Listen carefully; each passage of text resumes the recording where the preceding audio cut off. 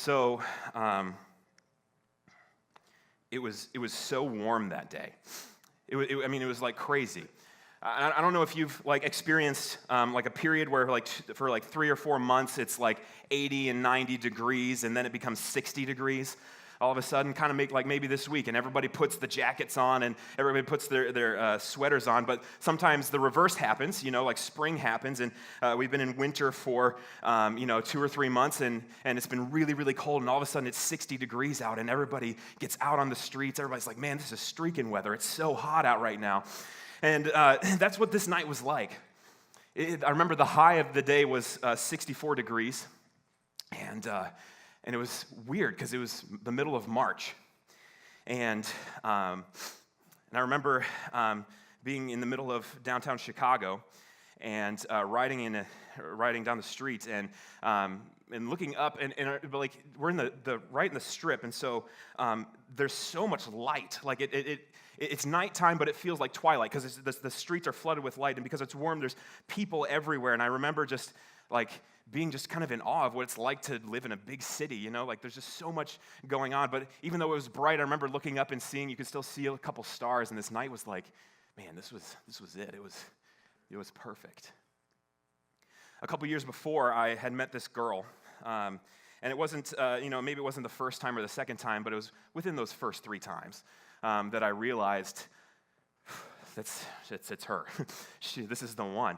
And the problem was that I was dating somebody at the time, and so was she. And then so that's an issue, obviously. But through the next 4 years or so, we had these things where she would be single, but I'd be dating somebody, and then I would be single, and then she would be dating somebody, and we could never quite seem to get our lives to connect. And so the summer after my senior year in high school, she had become recently single, and I just decided I'm not playing this game anymore. I was dating this girl that I didn't really like anyway, so I was like, all right. That's kind of mean. I probably shouldn't have said that. Noted for next service. We'll skip that line. Anyway, so I took care of business there, and it started about 6 weeks in which I was pursuing this girl pretty hard. We had developed this friendship over time where I think we both knew that we were going to end up together. You just don't get to that place of that deep vulnerability and sharing and the emotions of that we had in that moment without not developing feelings for another person. And so we both kind of knew this was going to happen, but there was an added pressure. One of our mutual friends in our friend group was also interested in her, and he was a good friend of mine, and we just knew each other was interested, though we never talked about it, I didn't say, hey man, back off, but because I knew I was going to win in the end, I just knew it, because we were close. But it was really hard because I lived in Western Michigan at the time, and I was working in Western Michigan, and she lived here in Toledo, and he lived here in Toledo.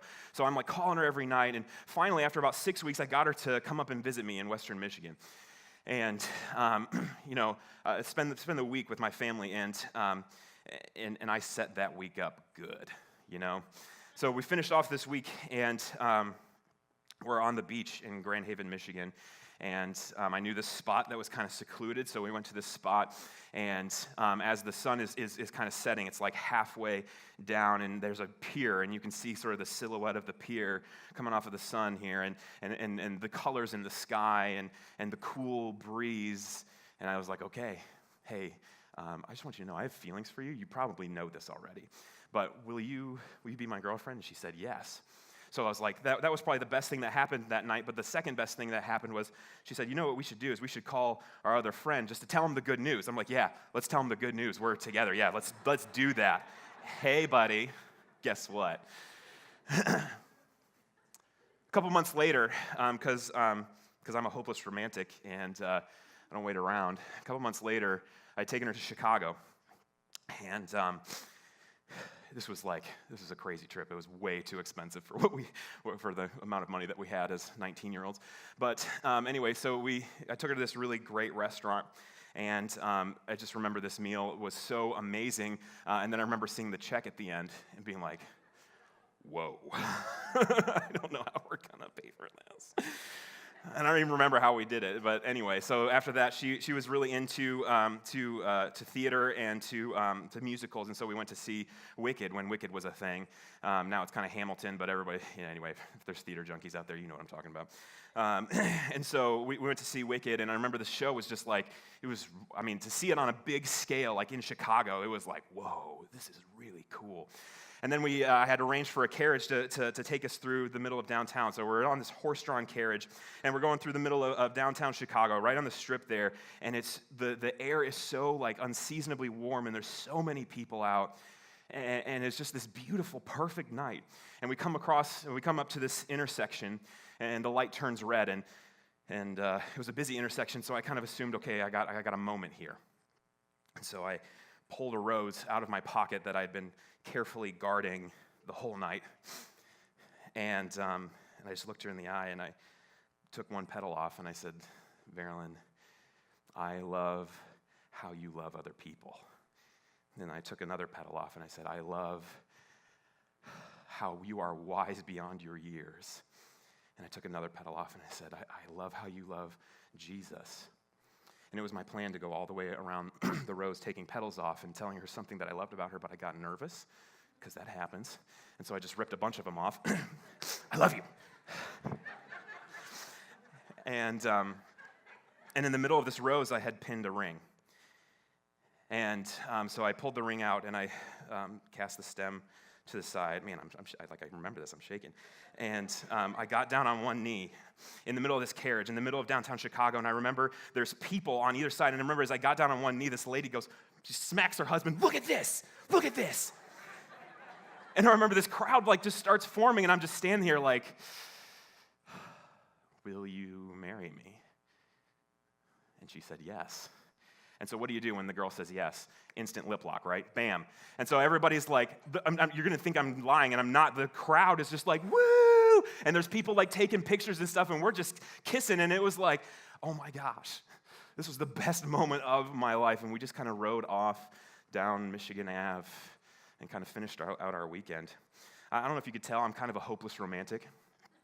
And I love, and that's because like love is really, it's the most powerful thing that we can experience. And if you think about it, love has the ability to entwine two stories together into one new story. It has the power to unite two crazy, different, diverse souls into this deep and beautiful and lasting unity. Love is a power. And if you know that, if you've been in love before, then you know this, that love is something that moves you. I mean, it's something that propels you. It's like an engine in a car. It's really good at moving you like at 100 miles an hour down the highway. But if you've been in love before, you also know this, that sometimes love crashes and burns. Maybe you have experienced that. Maybe you've experienced heartache, a broken heart. Maybe you've experienced having that question like, where do we go from here? She said this, and how do I respond to that? He did this. I don't know what to do about that. And all you know is that you feel this love in your heart for that other person, and all you know is you want to be one with that other person, but you don't know how to navigate those waters. Love is like an engine, but it doesn't really come with a steering wheel. It doesn't come with a roadmap. And so often, I think we all know somebody in our lives who maybe steered their love in the wrong direction. Maybe they fell in love with somebody who was abusive. Maybe they fell in love with somebody who took their lives in a direction that they didn't want, and they ended up incredibly unhappy. Sometimes love is a power, and it moves us forward, and sometimes what it needs is guidance. Now, as a hopeless romantic, when you say, yeah, love is, I like phrases like, all you need is love. Love is all you need. I love those songs, and I love that. So the idea that love needs guidance for me is like, oh, that's just like, you're like stamping on my heart here. But here's the thing. Over my 28 years, I've learned this, that if you don't have something to guide your love, it'll almost always end up in heartbreak and heartache. But the good news is that in Christianity, we believe that God himself is love. That's how he describes himself. He says, I am love. And what's cool about that, there's this verse in the Gospels where Jesus says, what God has brought together, let not man separate. And very often we kind of focus on the last half of that verse. We think, oh yeah, don't get divorced. Don't separate that marriage. But we forget that first part, what God has brought together. Do you get that? Like, how many of you here are married or engaged? to be married. Yeah, thank you. I was like, nobody's raising their hand. Are you proud? Like, yeah, I'm married. Anyway. Think about all the things that had to go right in your life to meet that other person. Think about your love story. Where did you meet them? Did you meet them in college? What if you didn't go to that college? What if you got accepted into another college? What if you were what if all of a sudden like you developed this crazy great talent at being a quarterback in high school and then you got recruited somewhere else? What happens if you made a different decision? What happens if your dad got a job and moved you across country so then all of a sudden your college prospects are different? Think about all the things that went into you, all those crazy decisions that went into you meeting your significant other. It's crazy. And what we believe is that the author of your love story, the one who brought your lives together was God himself. That we say that love has the power to unite two love stories, but God says, no, I'm doing that. I'm love. I'm the one who's bringing souls together, great diversity and great unity. That's what he does. We believe in the God of love. But what's kind of sad about that, I think, is that I've been in the church 28 years. I'm 28 years old, and I've never heard that before until a couple weeks ago when I was prepping for this message. And, I grew up in a kind of a traditional church, and kind of to prepare for this series, I talked to some of my friends and my family members who had kind of been involved in traditional church as well, and for whatever reason had become disaffected. And I said, hey, what do you think? What do you know that the church teaches on love? And inevitably, I got one of two answers, okay? But think about that. I'll tell you what they are, but think about that for a second. Of all the guidance that love needs, of all those crazy forks in the road that you come to where it's like, okay, we're going to do this or our relationship is going to end. Or think about all those twists and turns of love where you're like, I don't know how to navigate this. Think of all that guidance that love needs, and the church has been good at answering two questions. It's saying two things, and that is don't have sex before you're married and don't get a divorce once you get married. Of all the crazy amount of guidance that you need, the church has been good at giving you two commands. And I think that that's kind of sad because we have the God who literally weaves two love stories together, two souls, knits them together. We have this God who has a rich counsel of guidance for us, and we just kind of don't talk about it for whatever reason. And so for us, what we wanted to do in this series was to kind of give that guidance, was to show that God is the God of love and that he does offer guidance. He offers answers to the questions that we are asking. And so we're doing this 6-week series on relationships, and we're in the Song of Solomon, and we're going to be in the Song of Solomon today. But here's my hope in this series, kind of before we jump in. I believe that a lot of us are on the path to oneness. Maybe we're on the path of oneness, like we've been united to somebody else. And so my hope is that if you're on the path to oneness, or if you're headed that direction, that any love you have would grow. Because here's what I believe about guidance. This is the thing that I've realized over 28 years that I just like didn't like before, that I was avoiding. But here's the thing: when love is guided, it can grow into something greater. You get to steer around the common pitfalls that relationships fall into. You make it in the end more intact because you didn't hit all of the barriers. You took the turns well. And so my hope is that through God's guidance, through this series, that your love will grow into something greater.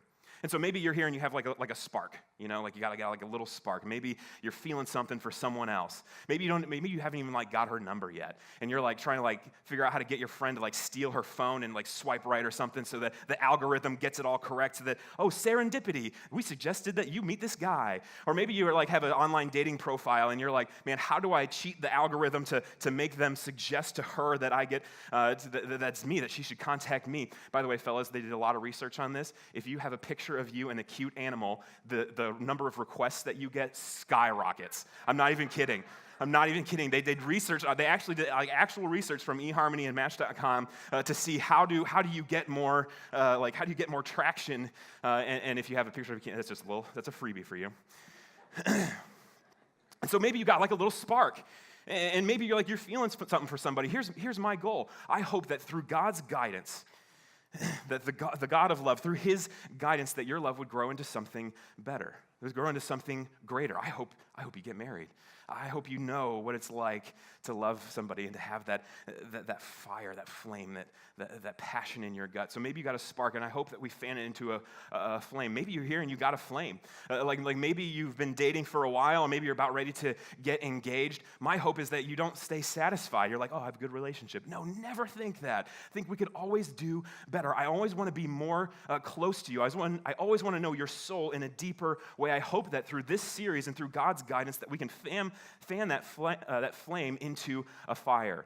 And maybe if you're here and you've got a fire, like you've been married, I hope that through God's guidance that we can show you some things from his word that fans your fire into a freaking volcano. I had to get another F for the alliteration. So my hope is that we can fan that into something that's even greater. Love always wants more. And so here's my hope, that through this series that you'll unleash it, that you'll let it go. That you can always get closer to another person, that you can always know them in a more deep and intimate way, that you can always have more love through his guidance. That's my hope. And so we're going to be in the Song of Solomon. If you have your Bibles, you can turn there. But 3 quick things about just an introduction to the book. First of all, this is the Bible's epic love story, and it's set to poetry.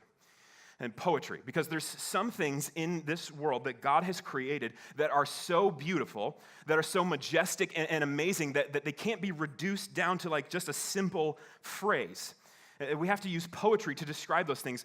People over the last decade or so have really been studying the brain and how the brain acts in love. And they've been able to kind of tell us a little bit about how the chemicals in our brain interact and how the neurons and how the electrical impulse travels. And they've been able to reduce like that feeling of love down to a certain set of data points. But when you look at that, you're like, oh, that's cool, but that's not, like that, it just falls short. That's not it. Because love can't be reduced down to an equation. It can't be reduced down to a formula. Similarly, philosophers have been for centuries trying to describe what exactly love is, but they always come up short. You know who always gets it? You know who everybody like reads their stuff and they're like, oh, that's it. You got it. It's the poets. Sometimes poetry is the only language that we can use to describe something that is so wonderful. By the way, that's why we worship. That's why we sing. We sing poetry. We sing lyrics because God is so high and God is so amazing that we can't just use simple little phrases. We have to express it in a more beautiful way. So it's set to poetry because it's talking about love. It's an epic love story. The second thing about Song of Solomon is that there's some characters. So there's 3 characters in this book. There's he, there's she, and there's others. And he is Solomon. Solomon was the greatest king that Israel ever had. He was the most powerful and the most wealthy and the most influential king. And so Solomon dwells, he rubs shoulders with the social elite of the day. His reign is marked by these massive building campaigns where he built the temple in all of its glory, and he builds the palace in all of its glory. That's what Solomon does. Like, that's his day-to-day, his big, amazing things. He's talking to the king of Egypt and the king of Assyria. That's where he dwells. But one day, he sees this girl, and he falls in love with her. And even though this king has everything that he wants, the only thing that he wants is her. And she's mysterious. We don't even know who she is. Her name is omitted. And there's lots of theories about who she could be based on the histories of Israel. But here's what you need to know about her. She's from the working class. She's a peasant. She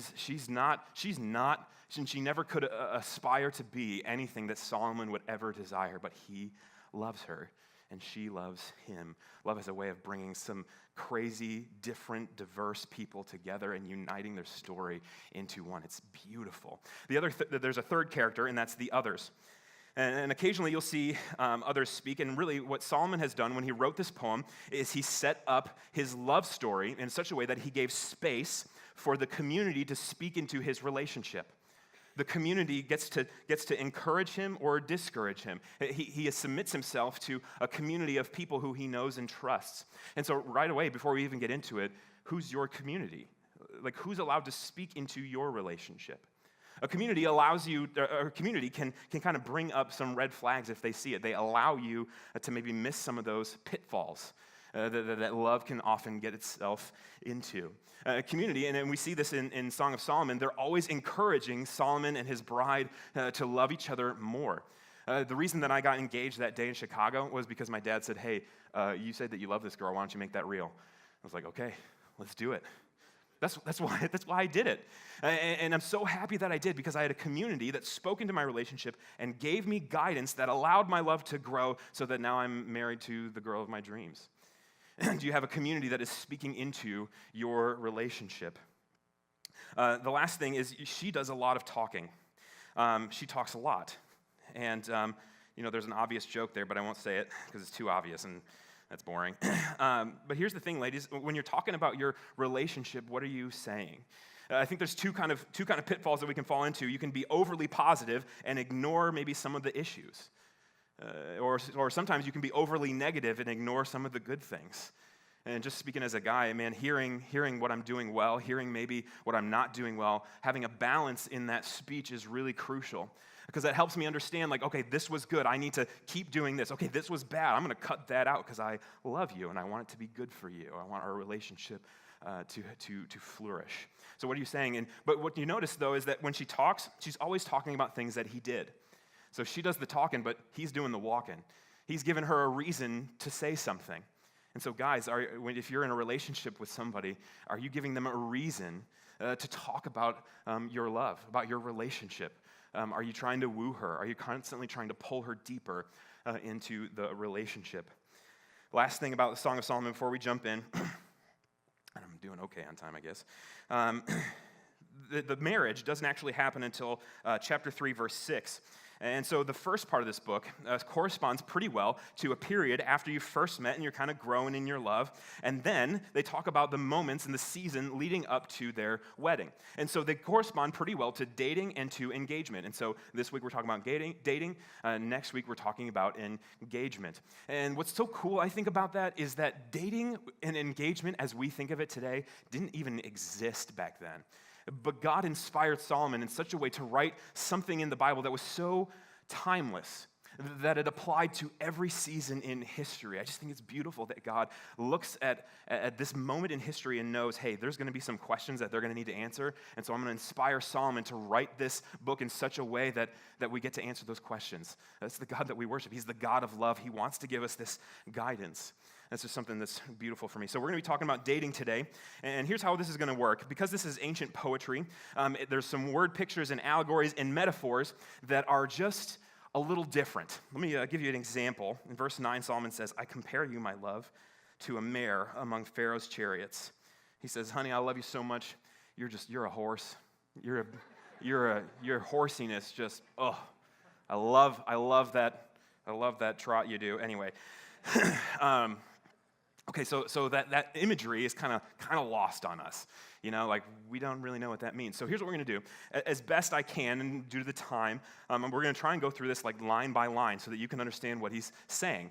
Because if this is guidance from God, then it's kind of important to know, what it means. And so as best I can, we're going to kind of go line by line, just kind of describing and explaining what it means. And then there's something deeper that's going on here too that I want to show you. And so, let's get into it. So this is the verse 1, the Song of Songs, which is Solomon's. Now, this phrase in Hebrew is kind of common, King of Kings. We say that we just say that to describe God, that there's kings, but he's the King of the Kings. In the same way, this is the Song of the Songs. In a way, everything that every love song has ever tried to express, this song gets it. And that's what they're saying, that every song is ultimately this song. It's a song of love. Sometimes it's a song of heartbreak. Sometimes it's a song of loss of a love. Sometimes it's a song that celebrates and exalts in love, but every song is about love ultimately. And in that way, this is the Song of Songs, and this is which is Solomon's, and that means he's the one who wrote it. So she starts. And I think this is a direct quote. I think she got this directly from my wife. I don't know how she got that. But it says, let him kiss me with the kisses of his mouth. That was supposed to be funny, but for reals. For your love is better than wine. She starts and she says, kiss me.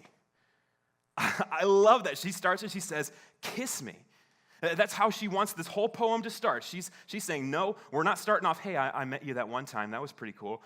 Or she doesn't start off, hey, these are kind of the issues in our relationship. She doesn't start off by saying, I was walking around one day and there's some flowers and it was really pretty. And then she doesn't tell a story. She just gets right to the point. She says, kiss me. I love that.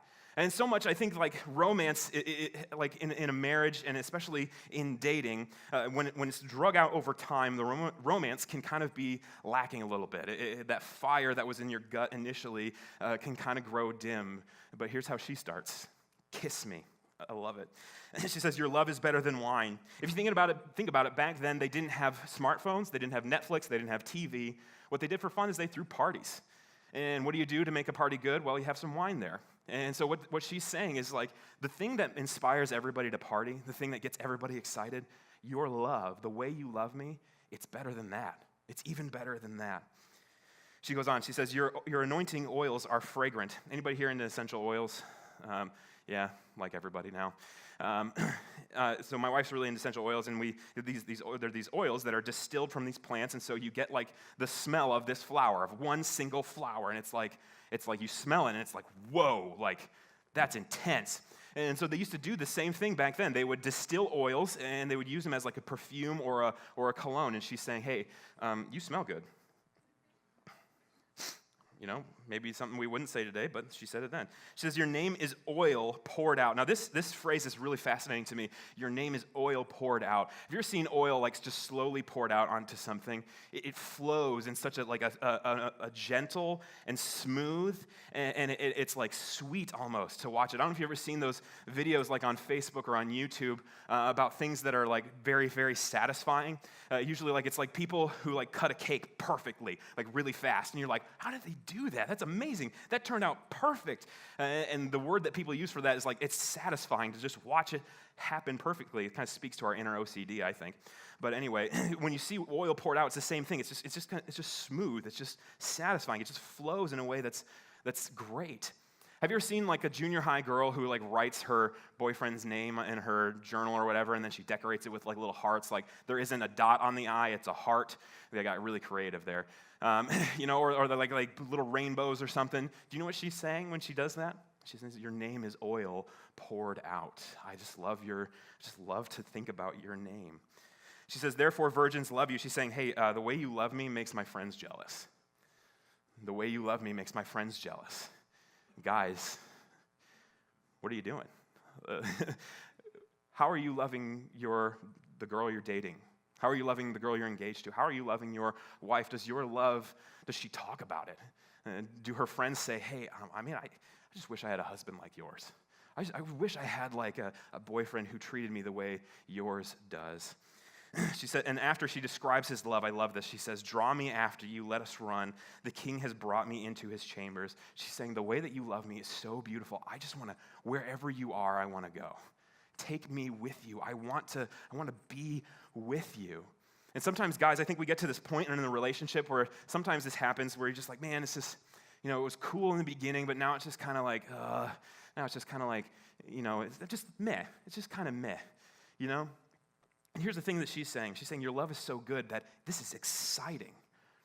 And so you know, what are you doing? Are you loving your wife or your girlfriend in a way that makes her respond that way?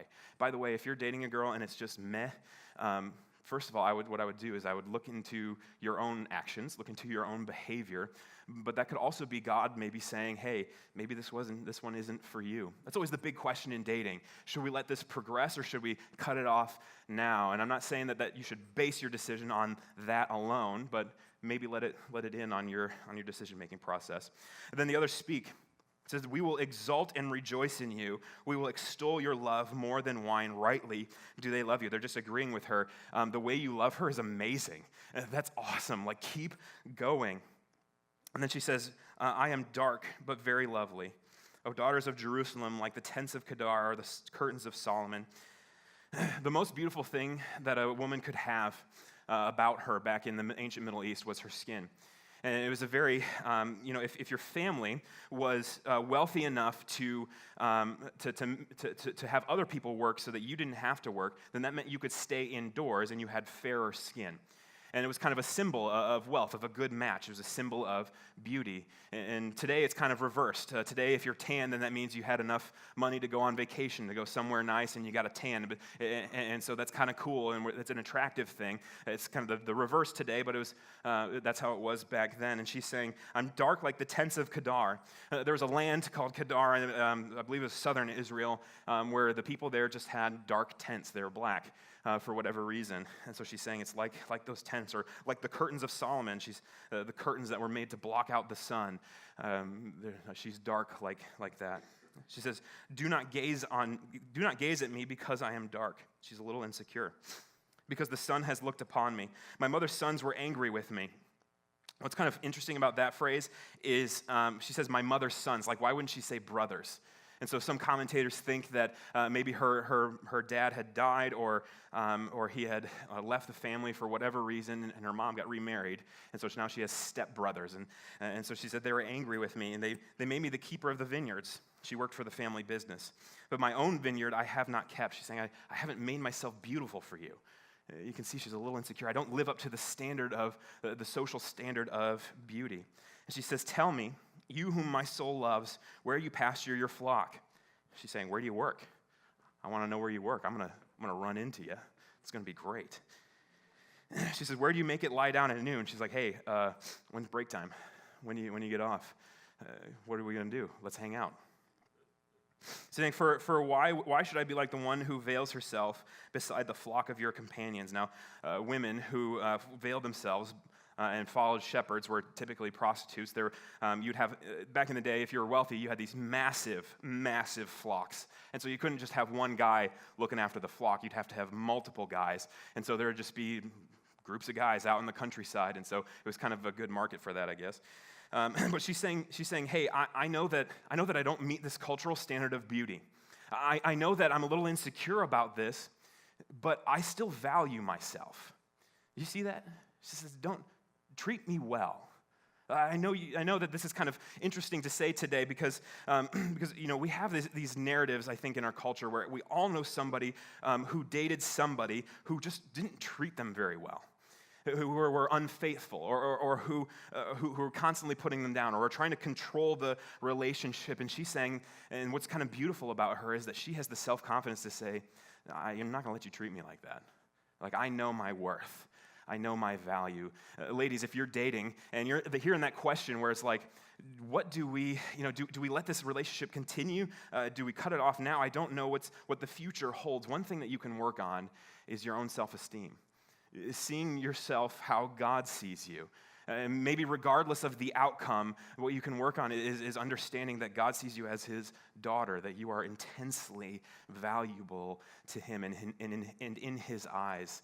And guys, if you're dating, ladies, if you're dating a guy who does treat you like crap, I just drop him right now. I mean, like, seriously, after this, like, call him and be like, hey, no, this is not, no. I have self-worth. God loves me. He doesn't like that you treat me this way. Just drop him. Guys, how are you treating your wife? Not only are you pursuing her and wooing her, but also are you treating her like God's daughter? Are you treating her like she has worth and value? Do you encourage her to dream? Do you support her goals in life? Do you create space for her to grow spiritually? Are you taking care of her? How do you treat her in a dating relationship? It's kind of key. Now, I'm almost out of time, so I gotta go quick here. So that's kind of the surface of the passage. That's what it literally means. But there's something deeper going on here that's just fascinating to me. What you see when you look at this is there's a surprising lack of standards. There's a surprising lack of standards. For instance, she says, I don't meet the cultural standard of beauty, but you love me. I love that you love me. Even though I don't live up to what people might think is beautiful, you still love me. And even though, other women love him, and even though Solomon is this amazing guy who's super attractive, super wealthy, the thing that she talks about him is how he loves her. She doesn't talk about, like, you're so wealthy and I love that. She doesn't talk about, hey, you look so good and I love that. She says, no, the way you love me is amazing. These are two people who are in love with each other's souls instead of the standard that they live up to.